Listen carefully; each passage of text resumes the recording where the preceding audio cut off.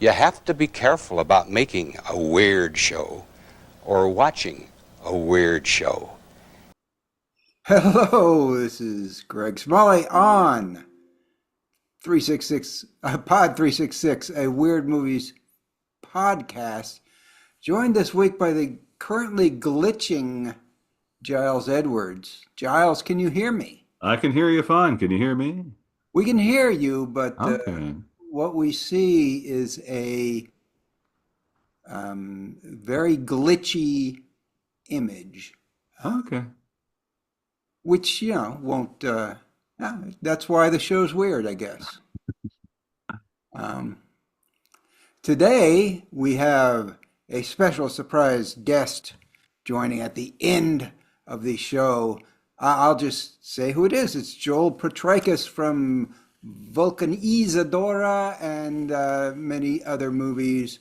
Buzzard, a relaxer.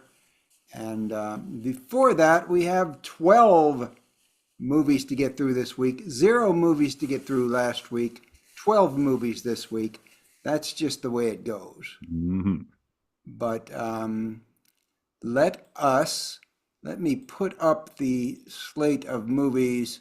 Giles, can you see this buffet? I can see that menu, to be sure. And we can see you suddenly, so I'm taking them off one by one. We'll have to go through these rather quickly, and then we'll get to our guest. But I think the one that Giles is all excited about will go first.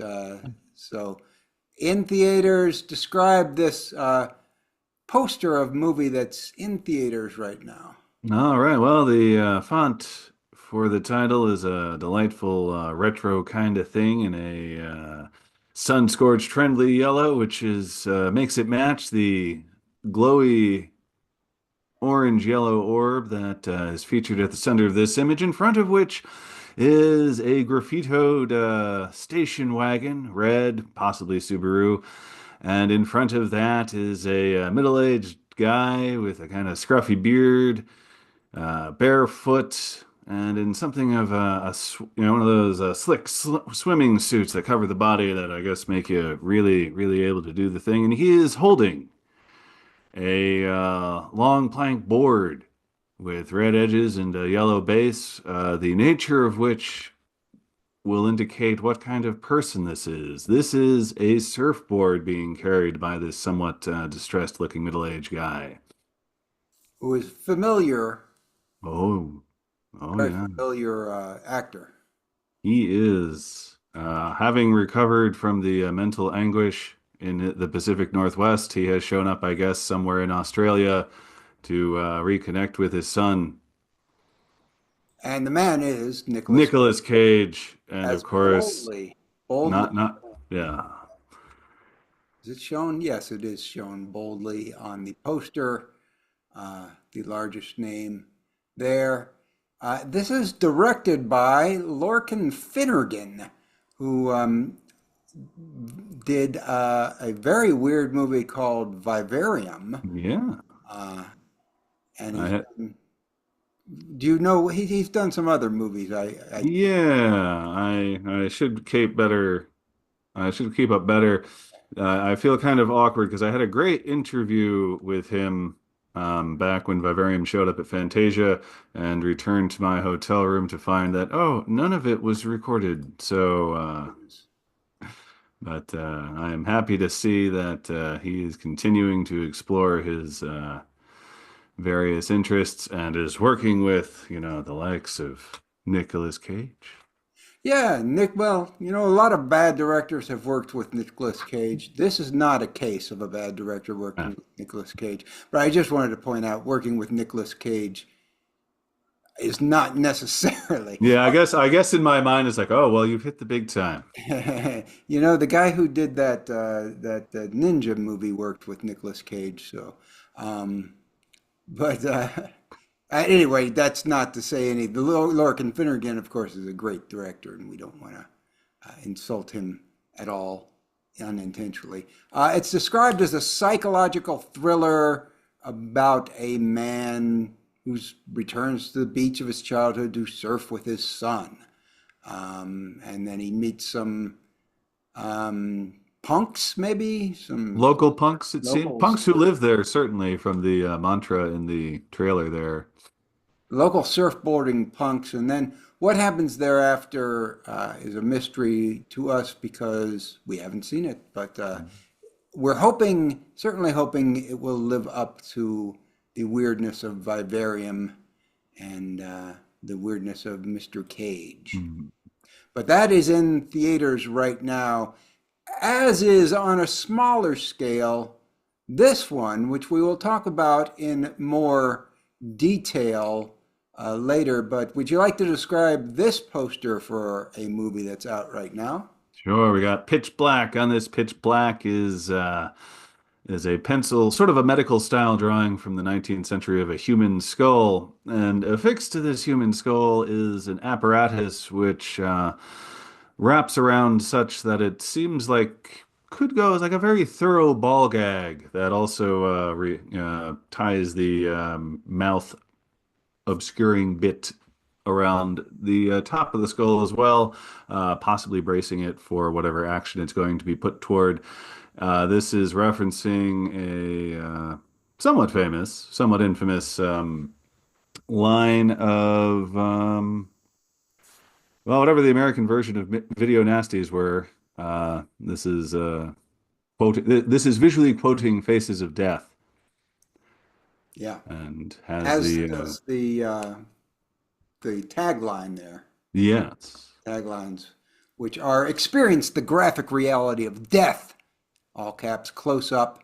Warning, this feature contains graphic depictions of anxiety, hysteria, emotional cruelty, existential dread, and guilt. It should not be viewed by children, the elderly, or the squeamish, all in a, well, not quite blood, but in red. So, Yeah, red warning box kind of thing red you warning might. box.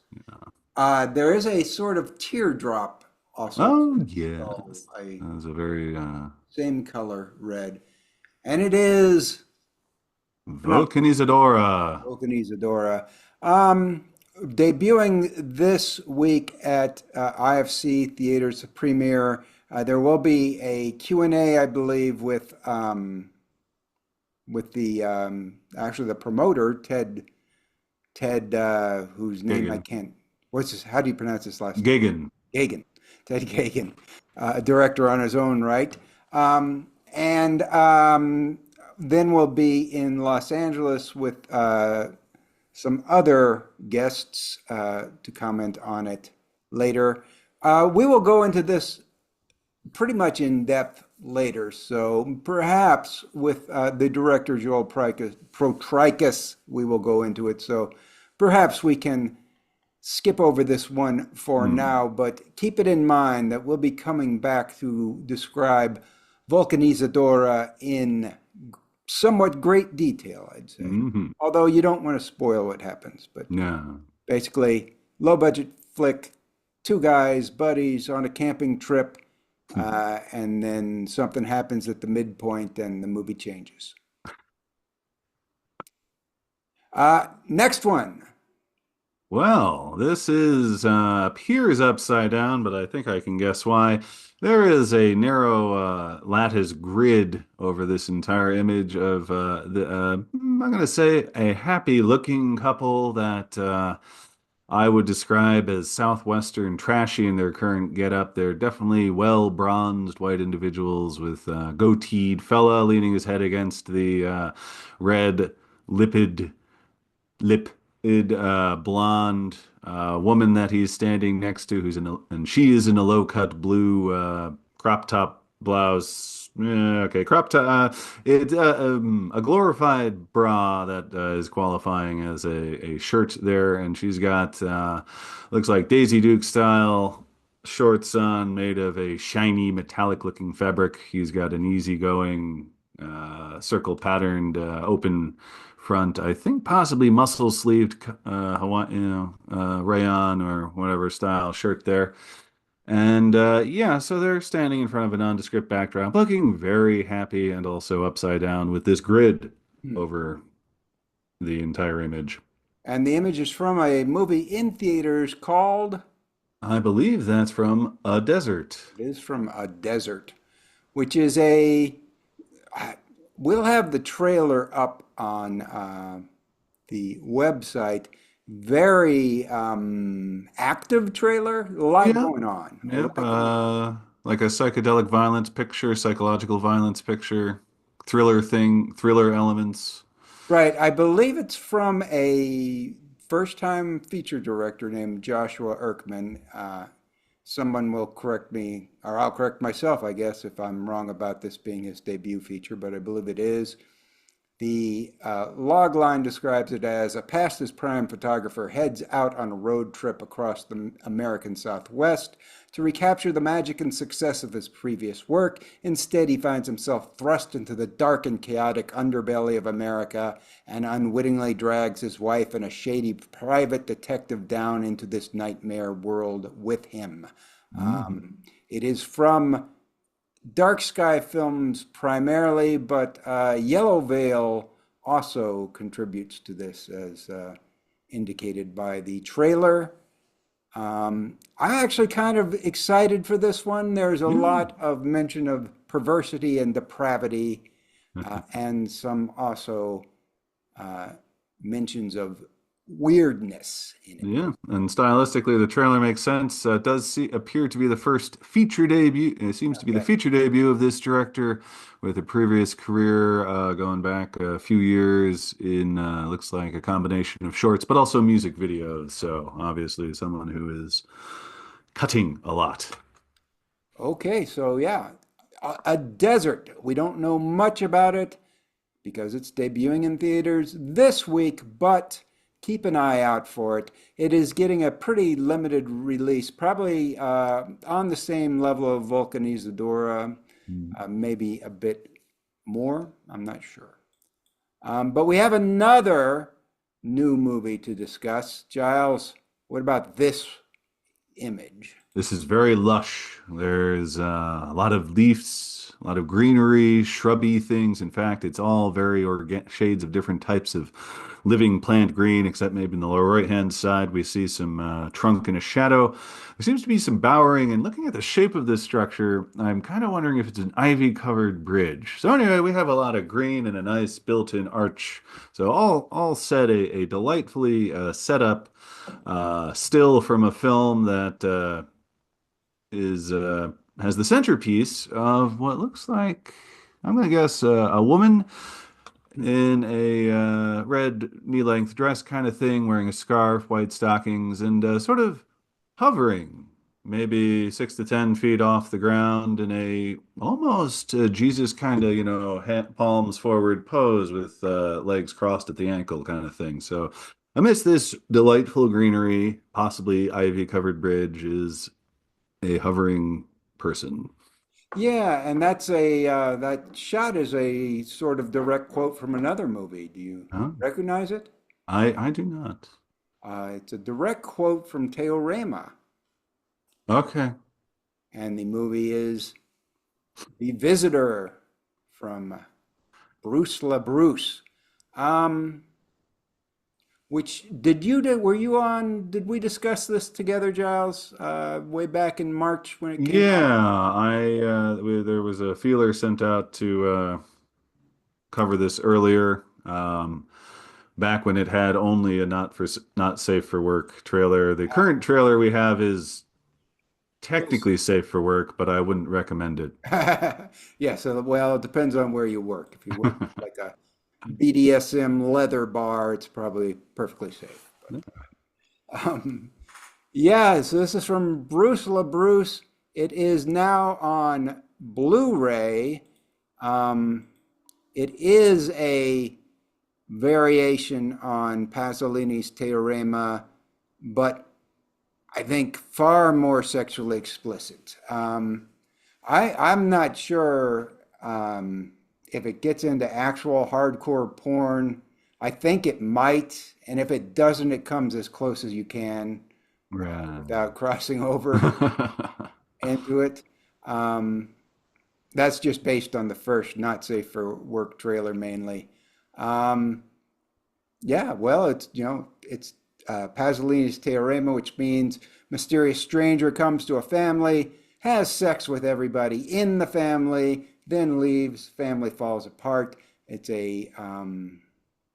It's really the Teorama remake is really a subgenre of weird movie. It's been done Ah. by Well, you know, actually the Miike. distillation of a stranger comes to town Yeah, story archetype. yeah. It's been done by Miike and Visitor Q. It's been done by Ozone for sitcom, and I think it's been done other times. But this is a very gay version. Yeah, I'll just quickly mention there are the tags you might find in looking at IMDb advertising elements. The first five are bisexual, gay sex, male frontal nudity, male nudity, and erotica are Yeah, the so most prominently featured tags for this movie, which, seeing as it's Bruce the Bruce, the story checks out. I suppose so. I've never seen a Bruce LaBruce movie, so but I know him by reputation. Yeah. So that is now out on Blu-ray, in case you missed it in its theatrical release, which almost everybody did. So, um, Certainly in the US. This is a UK film, so it might have had greater traction there. good point. Um, and there we are. Yeah. Well, check that out if you got, you're brave and you're ready for some really homoerotic weirdness. I'm sure it's very weird. Um, so let's get into that is actually technically a Blu-ray release. Let's get into some other home video releases. This one's kind of marginal, but it's a big movie. I thought I'd mention it. So go Hmm. ahead, Giles, describe this little promotional image we see here. Sure, we've got well, it's steelbook, so we know it's quality. I'll give that away right now. And on the back of this steelbook, we see a stranger on a horse flanked by buildings, which just to me scream mid 19th century out in the middle of nowhere, Western US. And on the front, we see what is doubtless the silhouetted figure from the back, grizzled, middle-aged, I'm going to guess in his 40s or 50s when this was going on, wearing a hat that isn't quite a cowboy one, but I'm going to guess is in keeping with the profession of the main character. And this figure over his shoulder has the sun, or at least a stylized series of orange discs looming, and he himself is looming over a lineup of, it looks like seven silhouetted cowboy-y looking figures. And you open this steelbook, and what do you see but a wonderful image of the same guy, this time in more natural lighting, and he's still sitting on a horse. And the gentleman is very familiar, which maybe even more familiar than Nicolas Cage. Too many He's that aren't me anyway, but yes. it's a great icon. Oh yeah. Clint Eastwood is this gentleman, and the movie is Pale Rider, which, as I say, pretty. I have not seen it. It is, though I think fair to say, pretty marginal as a weird movie.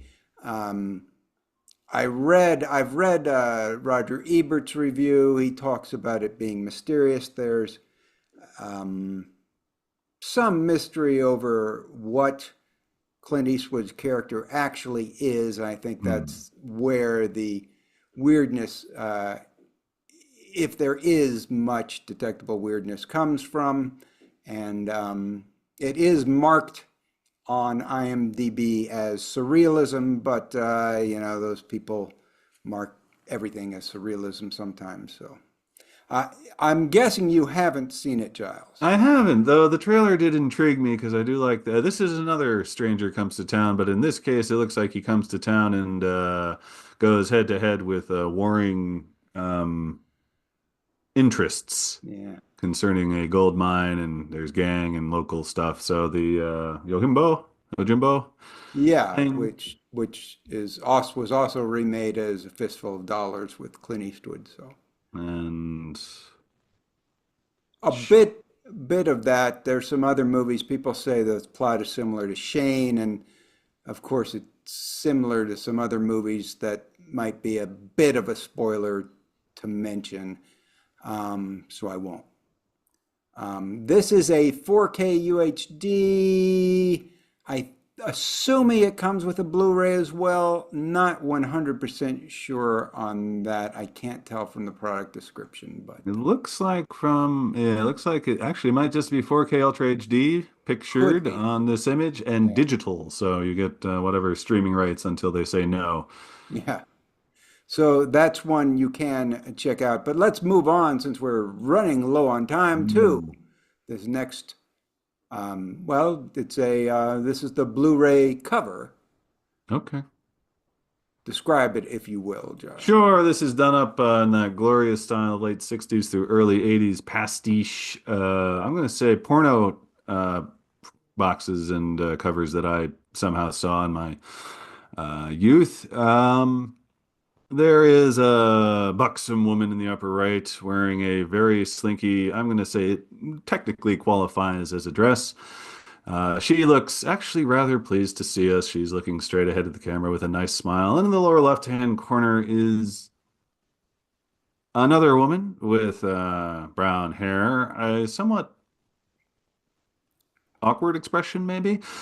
She is wearing, to me, a somewhat incongruous combination of the pickle-style World War One German helmet spike attached to the more Wehrmacht famous World War II style helmet, and slapped right on there is a swastika. So she is doubtless up to no good, or certainly works for people who are up to no good.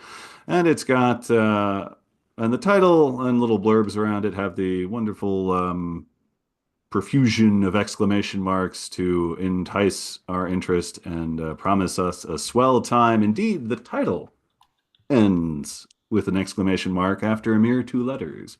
Yeah, it's Up from Russ Meyer, part of the Russ Meyer re-release Bonanza. We still haven't gotten to some of the biggest Russ Meyer movies because there's no Faster Pussycat, no Beyond the Valley of the Dolls out yet, but this is from Severin and it's on 4K. I once more, I can't tell if there's a Blu-ray included or not. I'm sure Terry McSorley knows if we could have had her on for this one, but we don't. So we're going to have to leave it to you. Buyer beware. It may be 4K only, may include a Blu-ray as well. Our own reviewer, Alfred Eker, called it the Russ Meyer's most surreal live-action X-rated cartoon. No tangible plot, but rather a loosely connected series of vignettes, and there's a lot of stuff about Hitler in it for some reason. Mm-hmm. Main character being named Adolf, and there's a Nazi fetish going on here that's being exploited. Most likely one of Russ Meyer's weirder efforts in this stage of his career. I confess to not having seen it. Mea culpa.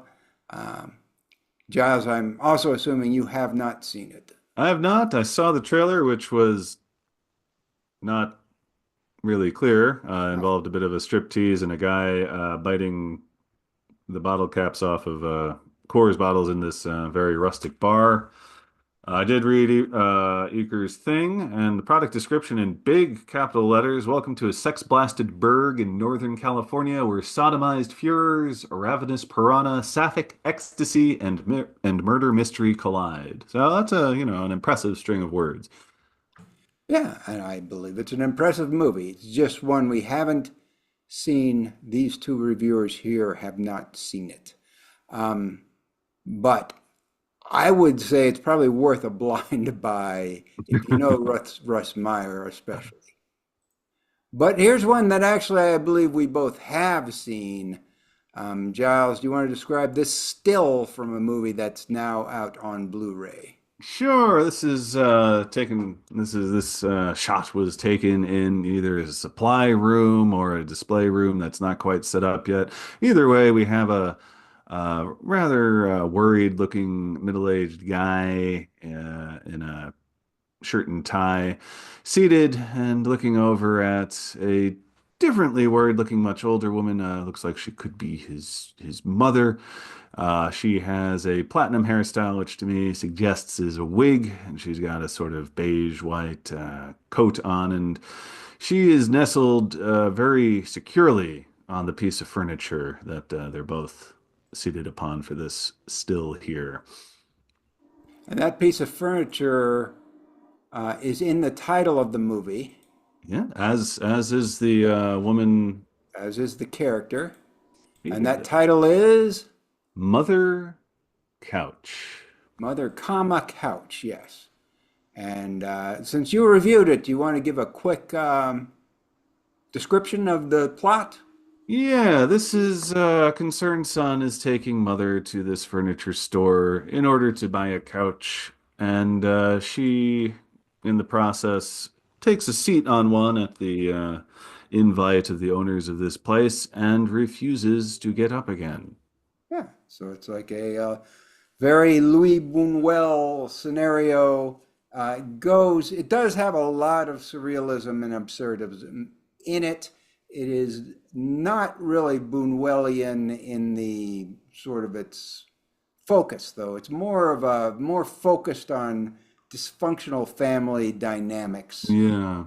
than, criticism of the bourgeoisie and society in general. But one nice thing about it is it is a decent movie. I'd say better than average, not fantastic, but weird and better than average. But it has a fantastic cast, I will say, Oh, with Ewan McGregor, Ellen Burstyn. I believe his name is Reese. Reese, I believe, is how that. Reese Ifans. Laura Flynn Boyle, who hasn't been seen in a while but does well here, and F. Murray Abraham as twins. Yeah, I was going to say not once but twice, including one great scene where you get to see F. Murray Abraham menace Ewan McGregor with a chainsaw. Right, and that's probably worth the price of admission right there. Yeah, the acting all around is really good. And it is, like I say, I say it's an above average movie.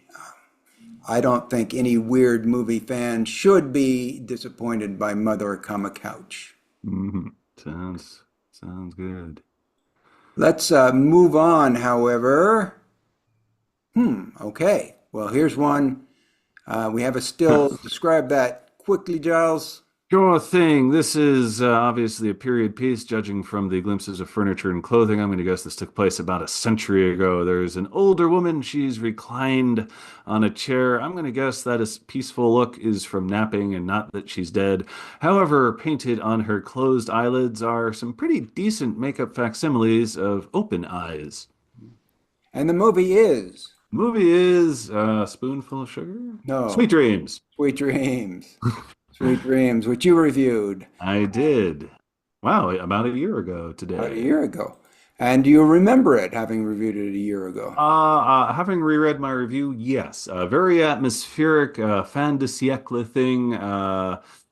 Playboy Scion is summoned home after the death of his father, who runs a sugar plantation in Indonesia, and there are various complications there. So it's kind of uncomfortably stuffy. There's heat. There's the closedness of the mansion. There's it's all.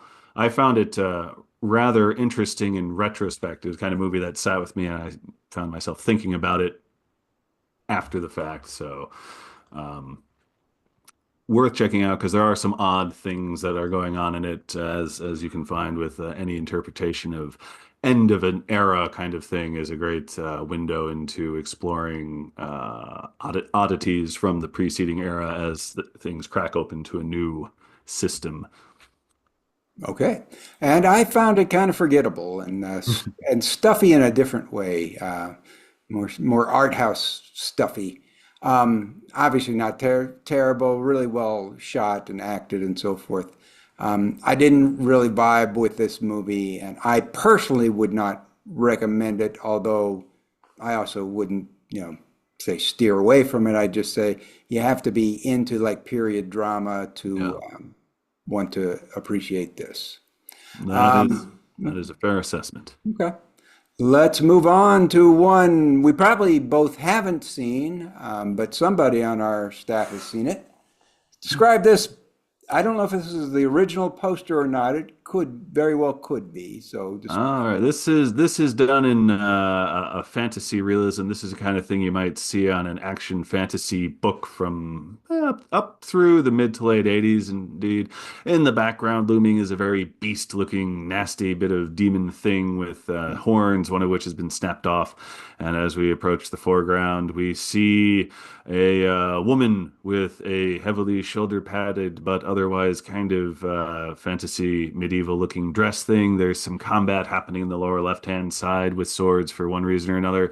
And in front, man of action, built like the rest of us, mustachioed, receding hairline fellow holding an automatic rifle, ready to take on the evils of the title, I guess. Yes, which is The Empire of the Dark, which is a movie rediscovered by Penguin Pete Turbovich and brought to our attention there before it came out on Blu-ray. So he was watching some sort of pirated copy, I believe. It probably came out on VHS and Mm. then was not seen by anyone for many years, and now has been rediscovered as a lost gem. It's about interdimensional Satanists, as I may have said. Has Richard Harrison, famous from the ninja movies of Godfrey Ho, and this sort of, as Giles points out, a slightly dumpy, sort of middle-aged hero who apparently has a self-deprecating sense. It is the director, I believe, Hmm. writer, director, star, Chris Barkett. Uh, and if you watch the trailer or any Steve clips, Barkett. Let's yeah. oh, Steve Barkett, there is a Steve and Chris Barkett in it, but Yeah. Steve is the director and star, so my mistake. Um, if you watch the trailer, I think it gives off a very heavy kind of MST3K vibe. Um, Yes, the trailer, at least the one, if I presume you're going to link the one that I was shown, is yes, they realize this is a bit of ridiculousness and respect it all the more for it. It is a fan-made trailer for this unlikely motion picture extravaganza from 1990. all right. That's Empire of the Dark now out on Blu-ray. We must move on. Mhm. Describe this still. All right, we got Smiling Girl. She's got a spoonful of, I don't know, it might be a marshmallow on there, but she's posed. I don't know. Almost, I could see this as a food advertisement. She's got shoulder length, straight brown hair, pearly whites on display, pinched cheeks as she is giving us a delightful, happy face, and superimposed on this in somewhat heavy under subtitle format is a question, possibly posed of her, possibly her posing whoever she's looking at. And the question is, Didn't you used to be Satan? yeah. And this, do you know what it's from, Giles? This It's a mystery. it then I can guess that it is from one of the what, 8 features available on this double disc set. The AGFA Mystery Mixtape Vault. And what is on it, we don't know. It's a mystery. They won't tell us because they want to keep it a mystery. It's described as a hallucinogenic trip to found footage wonderland. So it's going to be lots of odds and ends of short films, odd short films, just bizarre footage, little clips and things from something weird type shorts and so forth. Although some mixtapes are full of gross out material coming from AGFA, I don't think it's going to have any of that. It will just be bizarre clips. So possibly worth your time. Oh, come on. It's 500 minutes over two 500 discs, minutes. Greg. I mean, Yeah. dollar per minute. This is going to be one of the best deals Yeah, that's our a good, listeners will very good point. find. Very good point. $1, I'd pay that. Let's see, it's $25 500 minutes. I mean, we Yeah. don't have much better ratios than that. Yeah, there you go. Okay, so that's AGFA Mystery Mixtape. I think some of that may be recycled footage that you've seen before if you follow the series. Two of the features are supposed to be never before seen on video. But here we go to our next to last penultimate release.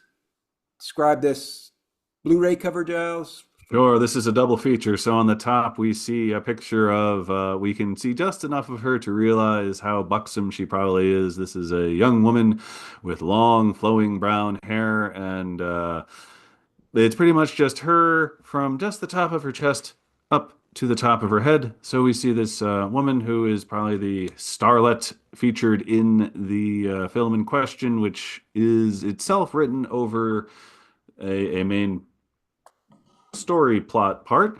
And right below is the second feature film sort of little poster thing, which is self-censored. But above the self-censored title is an array of 5 people. It looks like 3 of them are women, 2 of them guys. The guy is standing kind of in the back. It looks like they're all probably naked except for the odd masks they seem to be wearing. One of them has a sort of typical domino mask. Another has a kind of angry caveman-looking mask. There's a bear or fox thing. There's a clown. And on the left, I guess a stylized African tribal kind of thing. All right, and quickly, this is a pair of features, sexploitation features from 68 and 69 by the first 2 films from Joel, Blood-Sucking Freaks Read. Sexploitation movies, as I've said, career bed, aspiring actress learns about the casting couch. And the second one is Sex by Advertisement, which the copy says explores the weird world of erotic newspaper ads in a Mondo-styled film pastiche. That would be the one that would be more likely to be of interest to us. But we are running out of time, so the last movie quickly, Giles. All right, and looming in the background, we have the form of a spaceman's helmet, albeit one that's probably more of a toy costume kind of thing. And in the foreground, we have a very dramatic looking face lying back. We see nose down to chin going right to left, and she has her tongue out, anticipating a delicious drop from a very, very full pipette being held above her that seems to have a good deal of crimson fluid inside of it. Right. And although one would think it's called Spoonful of Sugar, although one would think this is blood, there's no blood drinking in the movie. It's basically a horror movie about a babysitter who microdoses LSD and may have some mental imbalances to boot. From Shudder. It was weird, as I recall, having seen and reviewed it years ago. However, otherwise quite forgettable. I really don't remember a I damn thing believe you about it. mentioned the finale was certainly rather violent. Yes, and hallucinogenic. Okay. But let's stop and bring on Joel Potrykus to talk about Vulcanizadora in more detail. And we will see you in just a moment.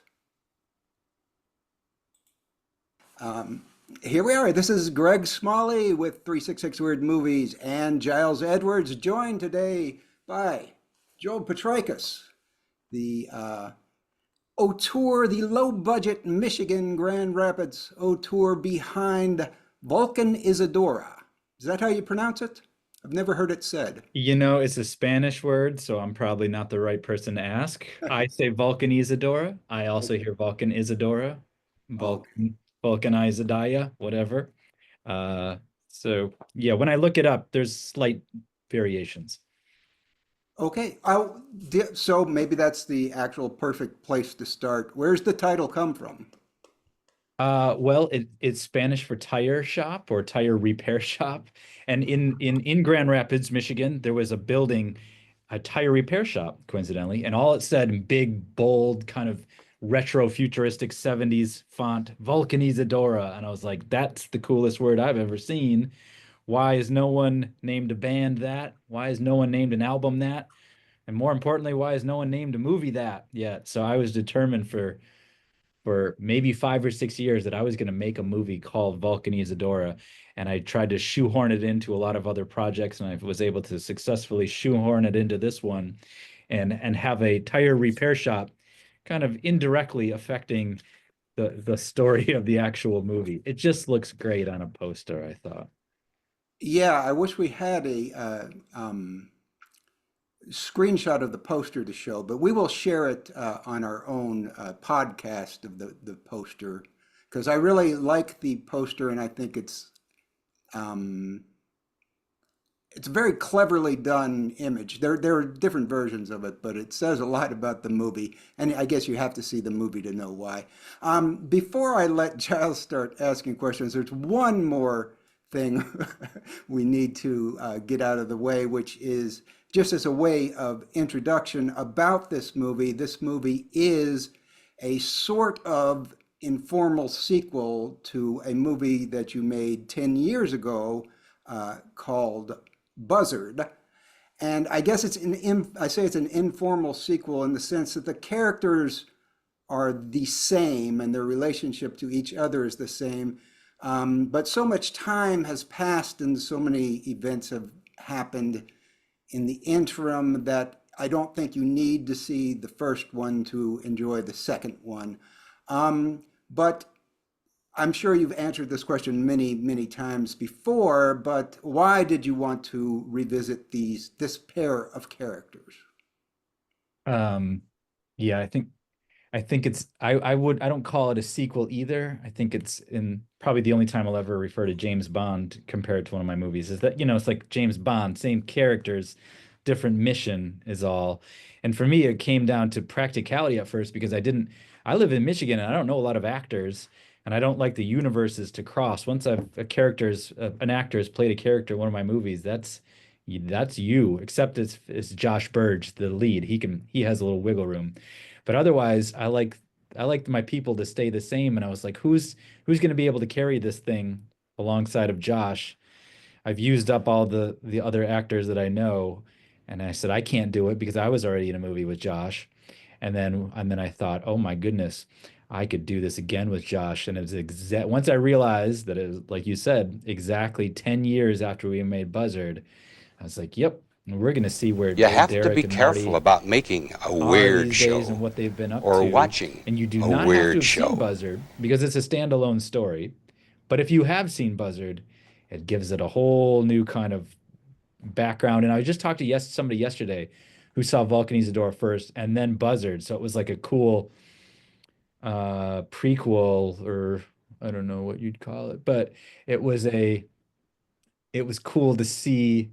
Yeah, Buzzard became the prequel, I guess, Mhm. to see them younger and a little less nihilistic and having a little bit more fun. So it works in any combination, whether you never see Buzzard, you've already seen it, or you plan on seeing it in the future. I think those are all three really unique ways to experience the movie, and one is not better than the other, I would say. Hmm. And I do have, I guess, one more kind of question slash comment on this matter before I let Giles ask a question, which is I thought I was going to be second fiddle anyway, so Greg, carry on. so clearly, 10 years have passed. Quite a bit has happened to the characters. I think we can tell more easily what's happened to Derek than what's happened to Marty. Some of the things that have happened to Marty, he's clearly changed quite a bit. And I think some things are hinted at. Um, did you want to leave Marty's career in between the end and the beginning a little vague deliberately, or is there more that can be fleshed out? I think it's so. First off, it wasn't that important to me because, again, if you hadn't seen Buzzard, then none of that matters. But if you watch it a second time, there's hints that he has been to prison or jail already. And so maybe you make the leap that he went to prison because of the events that happened near the end of Buzzard. And maybe he was in there for 5 or 6 years. And at the start of Vulcanizadora, he talks about he's on his way back to prison and doesn't want to go back. So he has seen some hard time where Derek has has seen a different kind of hard time. He's seen the domestic hard time and the fallout of when you have a kid with somebody that doesn't love you or that you don't love them, which is much more common, I think, to my friends, having seen them go through divorces or custody battles, that they both are kind of stuck in their own hellish modern nightmare. And I don't know which one people will relate to more. But if you've done some hard time, maybe you can relate to Marty as well. So it's all really pretty vague, and it's just little hints along the way to kind of, I don't know, like I said, like let the audience kind of put together the puzzle themselves. So I didn't lay it out too clearly before we started. There was no timeline that I mapped out, in the script writing process. Great. Giles, you may ask a question. Yeah, this is probably a slight repeat of something we talked about almost a year ago when I caught this movie twice at Fantasia.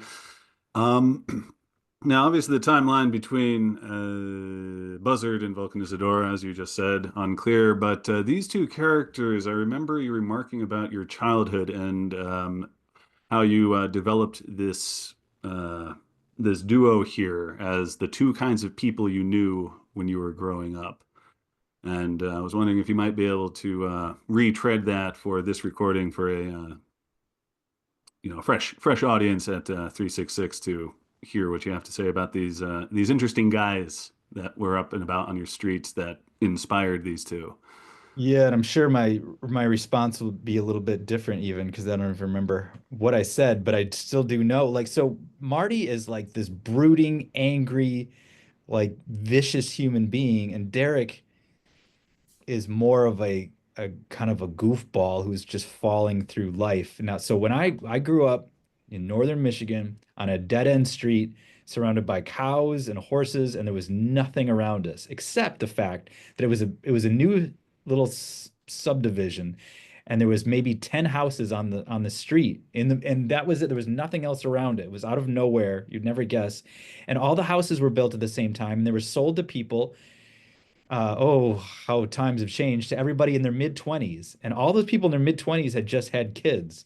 So I grew up with this group of kids throughout all the way until I was like 18 years old. And we all got into the same things at the same time. And those kids, there was like, I was like a kind of this, like a year or two younger than a lot of the other kids. And I was this dopey kid trying to keep up, and I was a goofball. And the rest of them, very quickly, once junior high started, they got into Slayer and Pot and Dungeons and Dragons and King Diamond and like really like heavy duty stuff. And I was still like this little fumbling dweeby fifth grader, and I was trying to keep up with them while I was still terrified of these guys and their whole new persona. And I kind of started to go their way. And then in high school, I found a different group of friends that were just like negative, just like the most negative. Like they would just make fun of the teachers, make fun of all the other students, and they were kind of just going nowhere guys. And I didn't feel totally comfortable because I was more of like this Derek goofball nerd guy that like just wasn't. I didn't know what I was angry about. I didn't know why they were so angry about everything. And so I had to kind of almost mock, being angry, and feign that. But yeah, so Marty and Derek are really like the two types of people I knew the most as kids, just because I grew up with like a heavy metal culture. And some of us fit in and some of us didn't, but everybody was kind of just faking it a little bit. It felt like, looking back now, like, because none of those guys are heavy metal dope smoking D&D players anymore. They're well-adjusted adults who like Weezer. So, well, it's all a sham, man. Where are the genuine lifelong punks? Well, they probably end up dead or in prison before they make too much of a mark, I suppose. Yes. But yeah, I can really certainly relate to Derek. Neither Marty nor Derek are really yardsticks of cool by most conventional definitions of the word. But the like if one uses a search engine to look up Vulcanizadora, one of the first things is a quote from you calling it your most personal and bleakest work. I certainly can't argue. I mean, I shouldn't argue either of the points. Certainly not most personal because you're you. You made it and you know yourself. But as for bleak, obviously it is a bit bleak, but I couldn't help but notice weird little shoots of optimism. And coupled with that, there's any amount of playfulness, at least for the first two acts there. Um, Now, is that like your departure from these nihilistic, hateful goons? Obviously, is shining through here. How do you have a way that you try to balance your sort of unhappiness with a defiant cry that they're going to soldier on and maybe they'll turn a corner? Well, yeah, I mean that's the thing. If I knew it was going to be bleak because I had a kid like 7 years ago, and once I had a kid, man, I just all I freaked out about was him dying or me dying and everybody dying and death, every death. Like there was the beauty, sure, but no one warned me about how much I'd stay up at night wondering if he's still breathing or not. So that all comes into the story. But if you make a movie with two guys like Marty, who are both these quiet, brooding, negative guys, then you've got a drama, and if they're both goofballs like Derek, then you've got a comedy. But if one's like Marty, one's like Derek, then there is like a weird imbalance. And so finding the balance was never the goal. It was finding the imbalance. And I still love watching it with some audiences because there's moments where people gasp and at the same time they giggle. And it's just moments where people just sit there kind of looking at each other because they don't know how they're supposed to feel because there's no score necessarily to kind of show you, oh, this is a fun, playful moment, or this is dark and serious. This is it's okay to feel this way.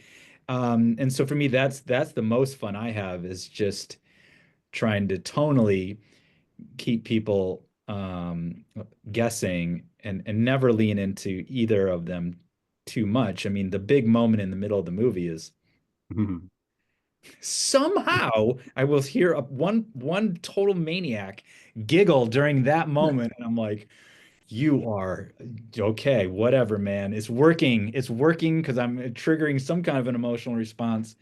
But you can never figure out audiences, and you can never guess how they're gonna feel.